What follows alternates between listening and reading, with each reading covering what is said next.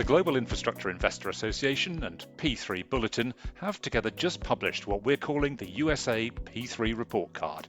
It's the first ever grading of all 50 US states, plus the District of Columbia and selected territories as well, according to their readiness and track record of using public-private partnerships, or P3s, to modernise their infrastructure. So, hello. Welcome to this latest episode of Talking Global Infrastructure, the podcast where we get to discuss the burning issues in the world of private investment in infrastructure, water, transport, energy, digital, and so on. And for this episode, we're off to the United States to talk about public-private partnerships, or P3s, as they are known in North America. I'm Simon Montague, Director of Corporate Affairs at the Global Infrastructure Investor Association, and with me for this journey are two people. The first is David Quam, who's our Senior U.S. Advisor. David, how are you? Where are you? Oh, good morning. I'm coming to you from Washington, D.C.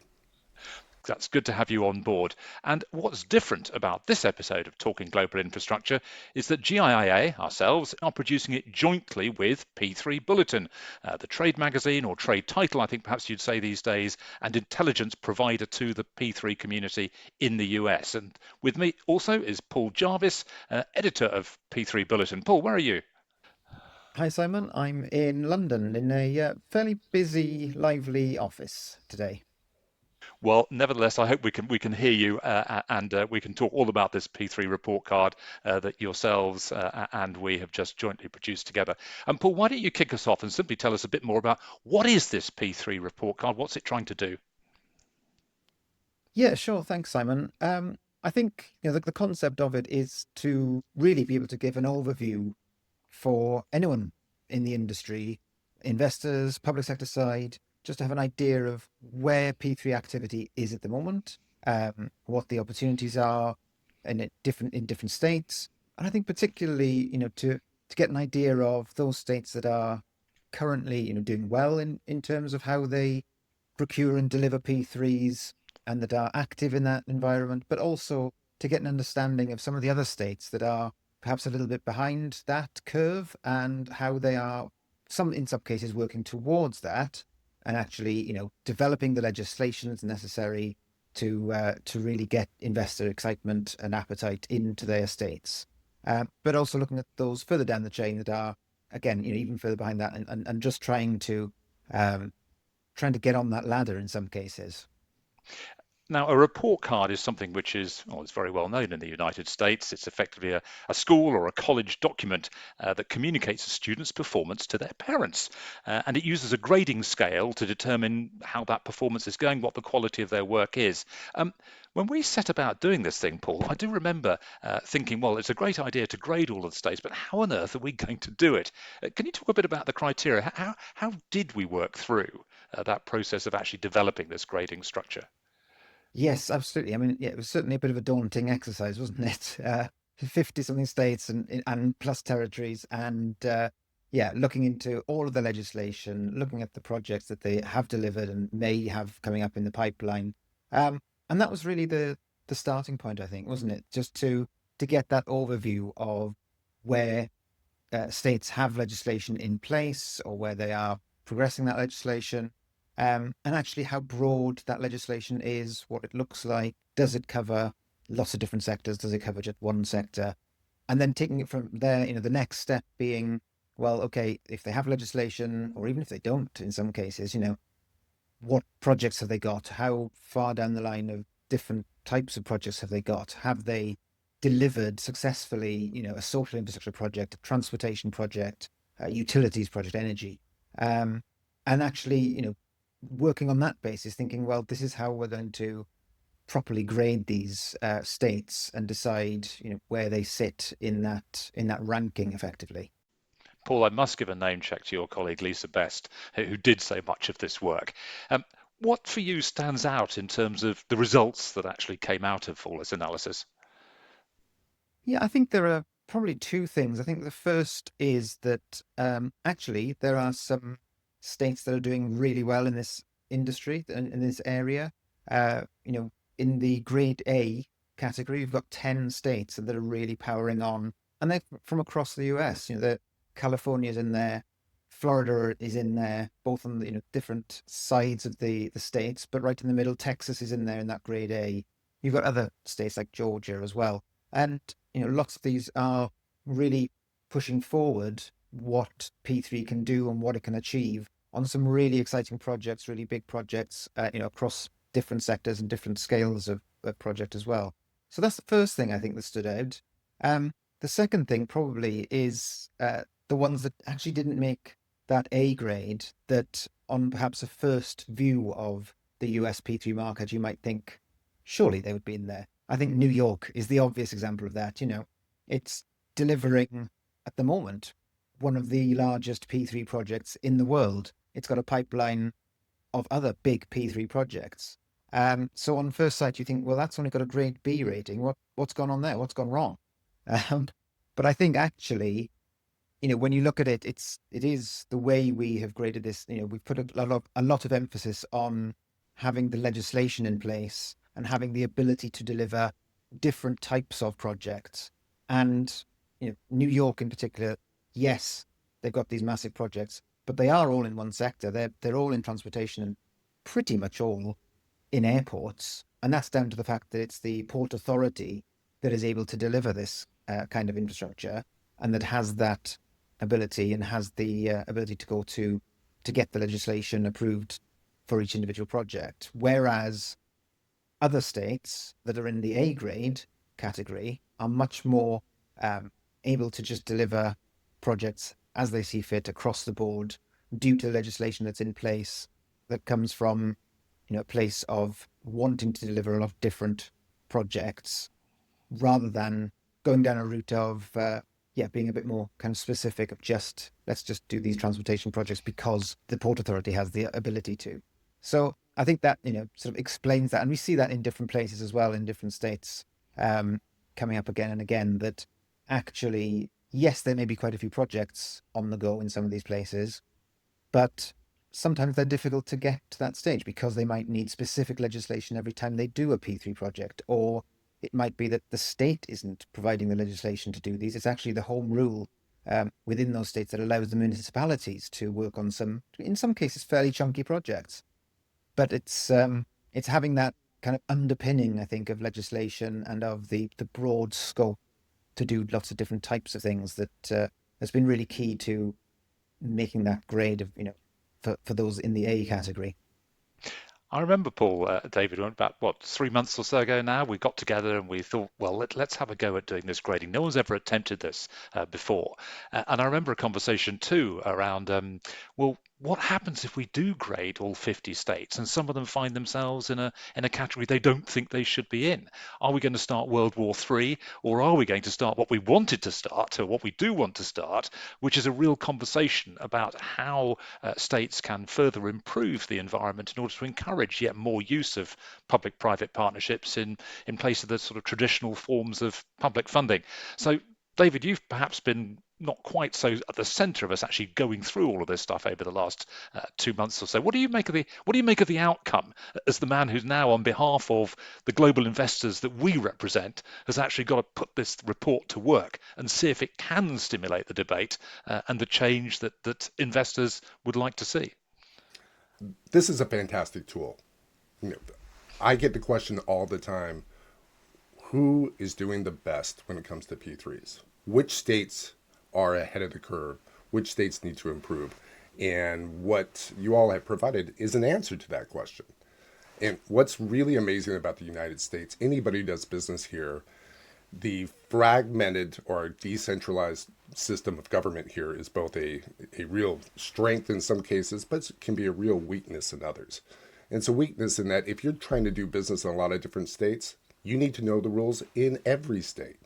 Well, we just provide a roadmap for who's doing well in P3s, where are they excelling, where can they improve, and for stakeholders and officials in those states, this is also a what do I need to do to get that A grade?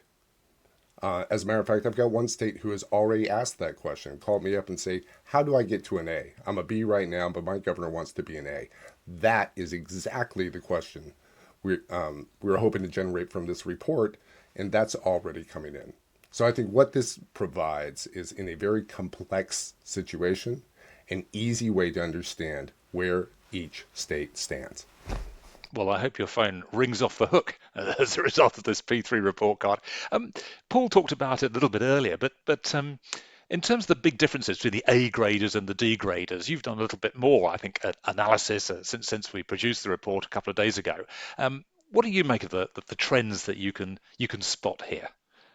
It's really interesting looking at, the A states are folks that you sort of knew they were going to be at the top of the list. The Californias, Texas, Florida, Virginia, who's long had almost been an example of a P3 office that really is a statewide system. And they really drive sort of that whole A category. What gets more interesting is who's in the B and the C category and why. So for some of them, they're missing that state enabling legislation. For others, they have P3 authority, but only in one industry segment, right? Not everything. So maybe it's not utilities or it's not water, but they're only doing transportation. What we're looking for is something more comprehensive, because P3s can serve every industry and every sector and can be a tool across the state. And so who is doing this on a systematic basis? Who's doing it on a scalable basis? And who's really increasing predictability within those states? And probably the biggest difference here you see is those states that have a system lower sort of the political risk, because this is a more accepted way of doing business. Those who don't have a system, these are more one-offs. And that's where political risk can come into play. And that, I think that's your real big difference between these. And it also provides, again, a roadmap for those states who want to attract private capital to help pay for infrastructure. Paul, this P3 report card of ours is just out now. What sort of I don't know, what sort of reaction are you expecting to get as a result of publishing all of this in terms of the audiences who read P3 Bulletin and what their interests will be? Yeah, I think on the one hand, same as David says there, really, I think from the public sector, people coming and saying, well, okay, I'm a B or a C, how do I get to A? I think that's going to be a really critical part of the report. But I think on the other side, I mean, a lot of our readership is from the private sector. So whether that's the advisors, the investors, and I think my aim for this report is that they will be able to use this as a tool to say, well, I'm sure most people will know that Texas, Florida, Virginia have really great P3 experience and all the rest of it. But actually, if they're looking for new markets, or they're kind of just thinking about where they should be looking next, then they can look at some of the B grades and the C grades and say, well, actually, some of these states, we should be getting involved in there, because I think the report really does highlight that some of the states that are B and C grade are actually moving in the right direction. And even while we were doing this report, there were a few states that were progressing legislation, which in some cases hasn't yet come to fruition. But that knowledge is really important for a lot of our readers to be able to say, well, okay, we've worked in Virginia, say, for a long time, and we know the deal there. But actually, how do we look at getting into some of these other states, and actually how do we interact with them? Which ones should we be thinking about? And I think the report really helps to clarify that to a certain extent. It's interesting you've got onto the topic of legislation, because also I think we're now getting really to the heart of what we want the P3 report card to achieve. And David, you're going to be talking to all sorts of federal and state stakeholders about this report. What are the sort of this is a huge question, by the way, just to warn you, this is a huge question. But what are the legislative changes that either federal or state lawmakers might want to be thinking about? What sort of discussions do they need to be having to actually really get about the exercise of trying to get themselves up from D to C or B to A or whatever it might be? Well, like you said, that is a huge question. And there's actually three parts to it. One is federal, one is state, and the last one is local. So all three jurisdictions play a role with regard to infrastructure. So let me see if I can break this down quickly. At the federal level, that's really about money. That's really about how can the federal government support the states. And at the federal level, what we're looking for is help states build capacity. They've had innovative finance grants that have come out before that have helped states set up P3 offices, try to build these systems. I think the federal government can do more to help build state capacity. Number two, they can serve as an example. The federal government itself is not really good at public-private partnerships. They do a good job with things like military housing, but they have a lot of other assets in areas where even the federal government can do better. And then the last one is permitting reform. So many of the things that hinder public-private partnerships come through permitting. We hear this all the time, and a lot of that is captured at the federal level. At the state level, totally different. Do you have a central place where an investor can go to find out what's happening in the state? Do you have a P3 office that can evaluate programs, that can help your municipalities, that can really manage both the negotiations and the operations that go into a P3? Yeah, that centralized office is really the difference maker between who's an A and who's a C. And then lastly, do you have enabling legislation that says this is the way we want to go? Because that starts to take down the political risk factor that's in every state. Finally, the last one is at the local level, because there's a lot of states where localities actually have control over their assets. It's not at the state level, it belongs to the localities. And I think this is where, up in New York, the Port Authority has said they needed to invest in what was 3 of the worst airports. They're now 3 of the best. That's why we look at New York and we hold it out as an example of what can be done. Now, it'd be great if that example of the Port Authority can be taken statewide. That's how New York moves from a B to an A. And that's going to be an example for a lot of different states who want private capital to come in, but they want to just go up one more rung to that A category. I think that's what really generates both the discussion of how do we improve, also how do we attract private capital. So we got three different answers. You're right. It's a big, complex question. Everybody has a role to play.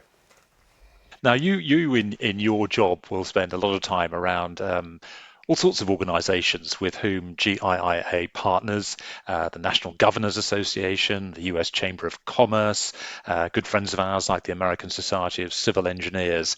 How do you think these stakeholder groups with a very strong interest in getting more capital into infrastructure, but not necessarily always discussing exactly where it comes from, which is kind of a bit more our field. How do you think they're going to react to this report card? Perhaps, why don't we talk about the NGA first, the National Governors Association, very bipartisan organization, faced with a report which actually grades their members, which is perhaps a little bit sensitive for them to talk about. How can they help this conversation? The beauty of this report is it provides a framework for everybody to have a common conversation. Right? Sometimes you have to start from a sense of commonality. And right now that is, what was your grade? Whether you agree with it or not, you've now started a discussion.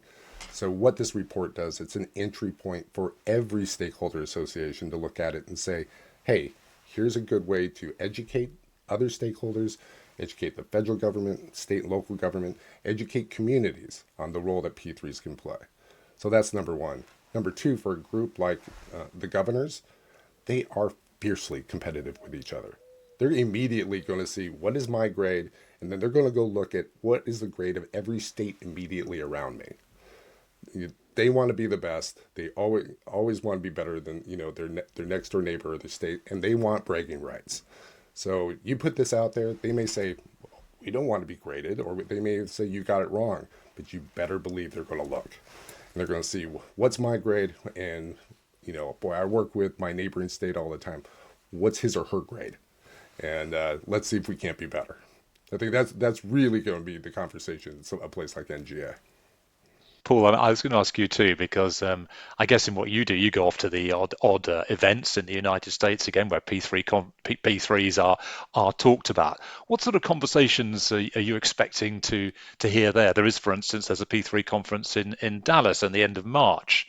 How do you think this P3 report card is going to pan out in an environment like that? Well, I'm hoping that I'll get plenty of people coming up to me to talk to me about it. I've already had actually one academic message me and just say, oh, I'm looking at maybe using this as a basis for some research that we can do on the wider market as well. So yeah, I'm sure we'll get plenty of people coming up to me, particularly those based in, some of those states that, as David sort of points out, they're a B or a C and they're not an A, and they think they should be. So I think there'll be some interesting conversations there, maybe. But certainly, I think it starts that conversation and that discussion, as David points out, and really, gets people to think perhaps a bit more seriously and engage a bit more about which states are doing well and why, a state is where it is, and actually, you know, consider that opportunity for investment. And you mentioned, Simon, the ASCE, and obviously they do a 4-year report which looks at the wider construction industry and the actual construction gap, and does a similar thing. Grades different states on their construction gap and their maintenance gap, and that feeds into our report in that we've kind of overlaid some of the information that we've put in with some of those figures around the need for investment in these different places. And so actually it should be about having that conversation, saying, well, this state has an infrastructure gap of, say, whatever it is, X billion, and actually we're only a B grade P3 state. Well, maybe if we were an A grade state, we can start to close that gap a bit more. And that's the kind of critical thing that we want, I think, the outcome of this report to be, is to have that thought process going into, as you say, Simon, those questions of, we need more money. We've got a big infrastructure gap. There's lots of need for construction, infrastructure, etc. But actually, the real crux of that question is, where does that money come from? And it can't all come from the federal government. It can't all come from the state government. So actually, if you're really serious about reducing that infrastructure gap, you've got to be looking to the private sector. And actually, just to come back to David's sort of point around the federal government and the role of federal government, we've seen over recent months, actually, the Trump administration being quite favorable towards P3 and using different big major projects like Penn Station in New York as a place where they want P3 to be the delivery model and really sort of pushing that route. So I think it's a really strong opportunity and time for the industry, because if you can be working on those big projects and prove the concept on those big projects, then it really opens doors to a lot more.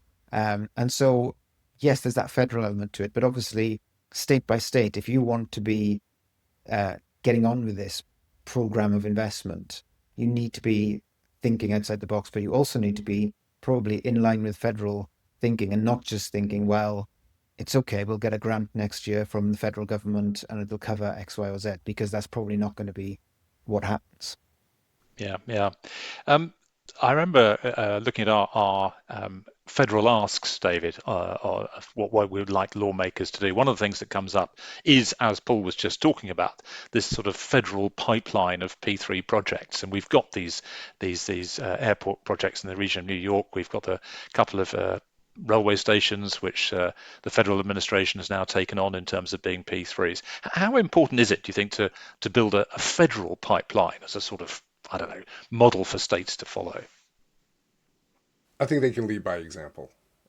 What we're really talking about is changing the culture of how infrastructure is paid for in the United States. For the most part, for the last 120 years, it's been public funds or municipal bonds, borrowed money. And there's just not enough money in the system anymore to meet the demand. Infrastructure is more complex. We need more of it. We need it new. We have, whether it's AI and data centers and highways with smart vehicles and electric vehicles, everything is more complex. And so every level of government has a role to play, and every level of government has to look at different financing mechanisms. The more acceptable it is at the federal level and the more often it's used, then it can be copied at the state level, it can be copied at the local level. At the end of the day, somebody else who goes first and it succeeds, that is something that other states can use. Again, you're bringing down the political temperature, making it more acceptable. And public-private partnerships are never going to replace all of the investment that has to go in at the public level. It's never what they were designed for. But they can absolutely help close this gap. What the engineers say, it's 3.9 trillion over the next 10 years that despite all of the investment we've made, we're still short from where we want to be and the money that we have. All that we're saying is that public-private partnerships can help fill that void and deliver the infrastructure that we both want and frankly need as we move forward. Well, with this P3 report card, we have, if you like, started the snowball rolling down the hill. Paul, where do we go from here? How do you expect? You're going to be reporting on this story in the days, weeks, and months to come. Where are you expecting this story to go next? Yes, well, we'll continue to report on it and to get people's views and thoughts and find out what the industry is thinking and how they're responding to it. But I think longer term, the key thing for us will be to keep an eye on this market in terms of the questions that we asked in the original report to see whether there's been much change. And I'm sure we will return to this and create another report card in the future. This is not meant to be a one-time static document. The aim is very much to make sure we're developing and learning and putting into practice what's changing in the market so that people can come back to this and see, well, actually, this state's gone from a B to an A, or maybe even this state has gone from an A to a B, and what's gone wrong there. So I think it'll be fascinating actually to keep a track of that and to keep an eye on it. It's not something we're going to be doing every week or every couple of weeks, but I think yes, every sort of we'll keep an eye on it over 18 months or so, and then come back to it and see when seems like the right time to properly refresh it. It might be we do updates in the interim, but we're certainly going to be keeping a close eye on this and how it develops and how the states really interact with it as well. Well, Paul, I think I hope our listeners will be delighted to hear that this isn't the first and only go. There's definitely going to be another one.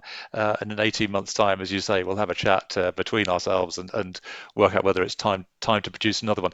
David, in 18 months' time, what will success look like as a result of this report card?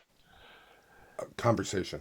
It's going to be about states engaging with us, states engaging with each other, discussions happening at the legislative and executive branch level to say, again, how do we get a better grade? Where do we currently stand? How do we improve our situation so we can bring more private capital in? And one of the amazing things about this report, and the old adage, you measure what matters. Well, we just measured where all the states stand on P3. That gives everybody a place to start from and to where are we going to go next. And so in 18 months, whether we're looking at it then, whether we're looking at it in 24 months, it is going to be how many conversations can we have? How many conversations does this generate? And how do we change the conversation around how we pay for infrastructure in this country? That is success to me. At the end of the day, this report is about getting people's attention, giving them a different way to look at it, but then also giving them that baseline, because from the baseline, you can improve. And so I think that's what we're going to be looking for. And Paul, any final thoughts from yourself before we wrap up this show? Just to agree with David there about the need for conversations and for different people to start thinking about, how do we get the grade increased in the next iteration? And I think that's going to be fascinating to watch and see how that develops. Well, look, thank you, Paul, editor of P3 Bulletin, for being part of this podcast, and of course for all the work we've done together to produce the P3 report card. Thanks to David Quam. He's our Senior U.S. advisor for the Global Infrastructure Investor Association, based in Washington, D.C. I do hope, listeners, that of course you actually do want to discover more. So look, this is where you can find the P3 report card. Simply go and search for it on P3 Bulletin's website, and it'll be flashing at you, no doubt, on the very front page of the website there. You can discover GIIA's commentary on it, our announcements about it, and our asks of federal and state governments on our website, which is at giia.net. You can, of course, also stay up to date with our activities at GIIA through our monthly bulletin. There's a sign-up link at the bottom of our front page on our website. You can listen to or watch more episodes of Talking Global Infrastructure. Simply follow us on Spotify, Apple Podcasts, or YouTube. And finally, for our very latest news, you can also follow GIIA on LinkedIn. Thousands of people already do, so please join them. Anyway, I'm Simon Montague, Director of Corporate Affairs here at GIIA. I hope you've very much enjoyed this episode, and if you do work in P3s in the United States, please do read that report card, because we're hoping it's going to make a big difference over the months and years to come. And that's it. We'll see you next time.